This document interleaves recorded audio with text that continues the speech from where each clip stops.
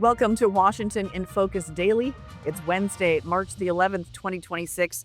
I'm Carleen Johnson, state government reporter for the Center Square. And in today's episode, we pretty much have an income tax. Not a complete done deal. House passed it last night after marathon 24 hours of debate on the floor. That was nonstop. Nobody slept. Well, maybe little cat naps, but for the most part, nobody slept. It's going to go back to the Senate for concurrence. Governor says he's ready to sign it as is. So we're getting a lot of reaction today from business groups, from conservative advocacy groups. Um, Howard Schultz, coincidentally, or maybe not coincidentally, made an announcement last night that he and his wife, he's former CEO of Starbucks, for folks who aren't familiar with the name, relocated to Florida and they're gone for good. Maybe it's just a coincidence for the timing of that announcement. There were some interesting speeches on the House floor last night, just ahead of final passage. And we'll share some of that with you. I don't know if everybody was just a little punch drunk or what was going on, but you can make that call. And House GOP leader Drew Stokesbury today um, responded to some comments that were made on the House floor by Representative Joe Fitzgibbon. Basically, Fitzgibbon was saying it's not up to us to determine whether or not this income tax is constitutional. We're just going to push it on and then the courts will decide. Um, Rep. Stokesbury was not pleased with that comment. He said, basically, what are we doing as lawmakers when we raise our right hand and take an oath? We promise that we're going to, only promote and push forward bills that we believe will uphold or withstand a constitutional challenge. So I'll share that with some of you. And then I want to bring you an update on the credential lawsuit, with some conservative journalists denied press access at the Capitol. We've been talking about this quite a bit lately.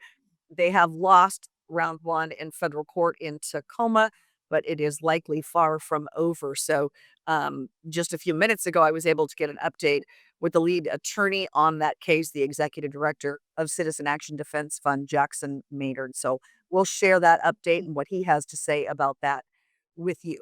All right, let's dive in. It was about 6 o'clock last evening. The House of Representatives wrapped up the longest floor session in legislative history in Washington. It was about 24 and a half hours of debate, 80 amendments. Majority Democrats then ultimately passed the income tax, and members were a little rummy, tired, punch drunk, whatever you want to use to describe that. And some were uh, catching like 20-minute cat naps in the wings on couches. It was interesting. Some I was watching them actually just like lean back in their chairs and close their eyes and sort of fall asleep and then catch themselves. I mean, who can blame them? Many of these people had been up for 40 plus hours at that point. So, um, Republicans ran all those amendments, I'm told, because they wanted to put some daylight on this income tax bill that they consider to be one of the most consequential pieces of legislation to ever come up in this body. By final passage speeches, some members were growing a bit weary, and there were some funny, maybe, comments made. Some folks on the Republican side didn't appreciate maybe just the lighthearted nature, laughter of some of the members in the majority on those final speeches. But here's a couple of them, and you can see for yourself. There's a myth floating around today and yesterday that capital will leave Washington, this whole concept of capital flight. The truth is, millionaires would pay more in other states, Madam Speaker. Even our youth today appreciate when we talk about the difference between 6, 7 figures. If somebody is making over 7 figures, they still pay less. For example, if you're making 1.2 million here in Washington, you get that first milli free, and you're only paying taxes on the 200 grand, about 20,000. Over in Idaho, you're going to be paying about 68K. Oregon has the 9.9% on that first dollar, like we've talked about. They're just not giving that free milli like we're doing here in this bill. Massachusetts and Minnesota already passed a tax on high earners. And all the terrible predictions that we're hearing about people leaving those states, it didn't happen. This is why you've heard us voting down amendment after amendment after amendment. In Massachusetts, the number of millionaires increased by over 30% in the years after passage, leaving a million here, a million there. What a year, right? Since I first came to this body full of vim and vinegar and confidence. The House, a lot like me, is not afraid to pick a fight. It's not afraid to throw down, as you have seen for the last 24 hours of uninterrupted Thunderdome. All of my colleagues are feral for justice in their own ways for their own districts, and I appreciate each and every one of them. And the space that we're standing in right now, millionaires, not you and I, Madam Speaker, but millionaires pay 4% of their income in taxes. Working folks like me and you pay about 11%. And the only thing I like less than a fight that I probably picked is something that is that egregiously and obviously unfair. The millionaires that are subject to this tax just got a big old tax break from the Fed Gov with HR 1. So maybe they won't mind contributing here at home. Maybe they want to contribute sustainably to our shared prosperity and our shared future. I am so excited that one of our priorities this year was to make Washington affordable again. At one point on the floor last night, just ahead of final passage, Majority Leader Joe Fitzgibbon of West Seattle, he stood up and said, it's not up to us to determine whether or not this income tax is constitutional. That will be up to the court, he said. Likely to be almost immediate legal challenges upon the governor's signature. Maybe a citizen initiative effort will be launched. We'll see what happens there. But House Republican leader Drew Stokesbury of Auburn, an attorney himself, he immediately rose um, in rebuke of what Rep. Fitzgibbon had said. I think he was standing up before Fitzgibbon even sat down in his seat to object to the assertion that lawmakers can offer up bills that have constitutional questions. And during today's Republican media availability, I got a chance to ask him about his response on the floor last night. All three branches of government, when they take office, they swear an oath to uphold the Constitution, including us. If it wasn't our job to abide by the Constitution, and that was only the court's job, then why on earth would we have to take that oath in the first place? It makes no sense. We take the oath because it means something. It means we've got to do our best to do what we think is constitutional and avoid doing what we believe to not be constitutional. So it's one thing to have a difference of opinion, and some people think something is constitutional and some people don't. That's a sign of a healthy democracy. But to pass something you know to be unconstitutional based on the extremely clear direction given by the state Supreme Court. It is not a close call. If the Supreme Court upholds their 1933 decision, this tax will be dismissed 9-0. You rarely get legal constitutional questions that are more clear than this. The only way this survives constitutional scrutiny is if the Supreme Court gets rid of their 100-year-old precedent. So it's our job to follow that 100-year-old precedent. That's what's on the books. It's very clear. It is our job as a legislature to only do that which is constitutional. Under current Supreme Court precedent, this bill is plainly unconstitutional. You may have seen, if you follow social media today, and I think it's been picked up by a bunch of national news outlets, that former Starbucks CEO Howard Schultz on Tuesday evening posted that he's out for good. He and his wife have moved to Florida. He says it's family reasons. They're, nearing retirement. But they've been in the Seattle area nearly half a century.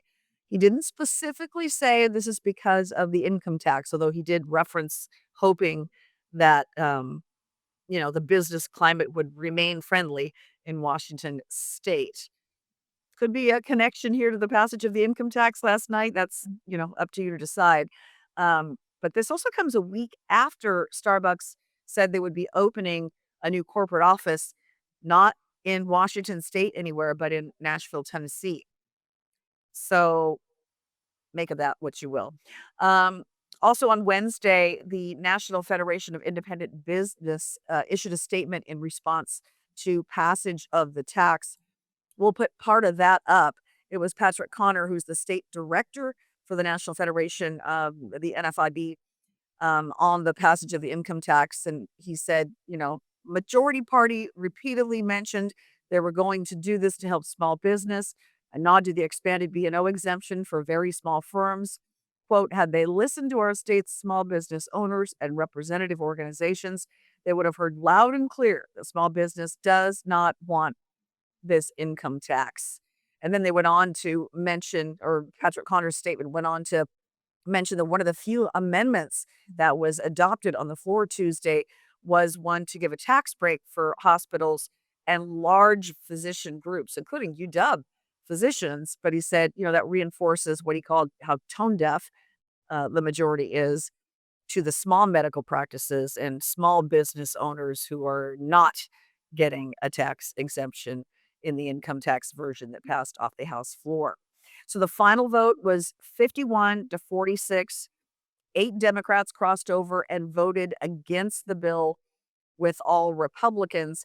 The talk in the wings last night was that some of those Democrats who are typically always very pro tax, very left leaning members, may have crossed over because, first of all, their yes votes weren't needed. We've got such a lopsided majority of Democrats in the House that they didn't need everybody's vote.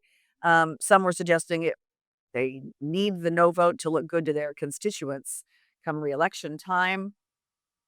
We'll see what happens there. The bill right now is back on the Senate side. Not sure if it's going to come up to the floor for final concurrence and debate on that today or tomorrow, last day of session. When I asked in the Senate wings earlier today, a couple of members said, we don't know. It's completely up to the majority, and the majority wasn't indicating whether or not the bill would come to the floor today. But we'll be watching and bring you an update on that for sure. All right, now the update on the fight over press passes for conservative journalists locked out of the wings because of their opinions, apparently. A judge heard the case in federal court on Monday. We were there, and a ruling came out Tuesday. They lost the case. The journalists lost the case. Washington state lawmakers, the judge said, were within their rights to decline press passes to media figures Brandy Cruz, Ari Hoffman, and Jonathan Cho.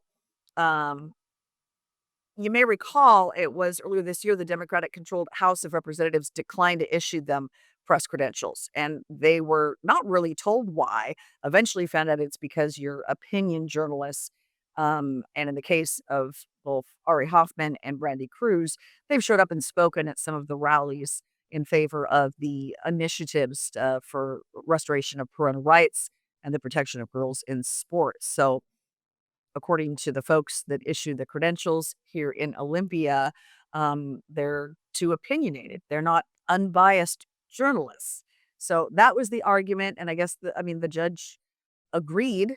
This isn't the end of the fight, though, by any stretch of the imagination. And today I got an update with Citizen Action Defense Fund Executive Director Jackson Maynard on where things go from here. He was the one who made the arguments in court on Monday on behalf of these 3 independent conservative journalists. So here are his updated thoughts on where things go from this point.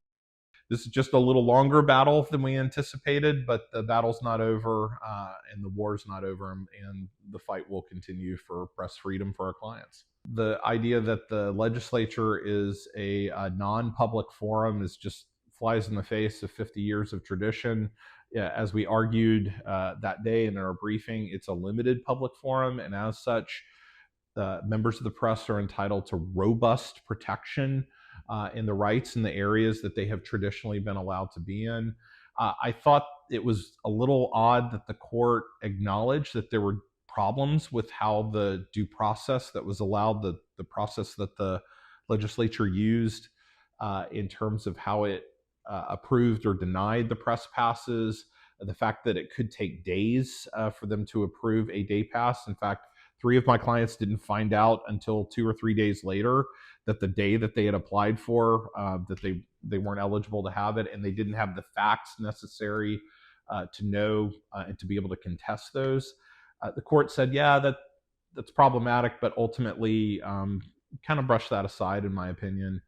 the court said that there wasn't enough evidence that the reason that my clients were excluded, Brandy and Ari, was based on their political participation. That was in the affidavit from the state defendants, where they said, "We know you're going to be speaking at a rally," and it certainly formulated the basis, and that's content-based discrimination, which under the cases we cited cannot be the reason that you don't allow a member of the press to have access. It's also worth noting that there are some questions circulating as to involvement by the Capital Correspondents Association in all of this. The CCA, not the Commitment Act, but the Capital Correspondents Association, is made up of reporters from publications around the state who cover politics in Olympia. We are not. The Center Square is not a member of that organization. And up until last year, it was the CCA that advised who got credential access and who did not. After they tried to deny the Center Square full press credentials, we had to push the issue legally. And the CCA then bowed out and basically said, we're out of this whole credential saga. Turned that over to the House and Senate separately to make those decisions on who got access. And the House ultimately, said that those three members did not have access. But a spokesman review reporter and the spokesman review, a member of the Capital Correspondents Association, wrote up this whole, latest court case and the battle over that. And they conceded in their own article, which came out yesterday, that the newspaper has financially contributed to enlist the services of the attorney that represents the association in the lawsuit. So basically conceding what could be a potential conflict here. It seems you can decide what you think about that for yourself. But to have media organizations funding the legal defense, trying to keep other media organizations from getting press passes, whether or not there's an actual conflict of interest there that needs to be addressed, that's going to be up to the courts to decide. But I thought it was worth, bringing up that point in light of the low court loss initially that we've got here. And we'll see where that goes. We're not going to let up on it, I promise. So that is it for today's episode of Washington in Focus Daily. Appreciate you watching. And for stories like we've talked about in today's episode and others like it, you can check out our page at thecentersquare.com/Washington. Final day of session is supposed to be tomorrow, March the 12th. We'll be here for Sani Dai.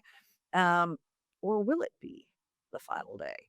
I'm still hearing some rumors of potential special session, maybe some bills. The Democrats didn't quite have time to get across the finish line, in part because of the 24-plus-hour debate on the income tax. We're hearing those rumors. Nobody is saying anything for sure about that one way or the other. We're certainly going to find out tomorrow.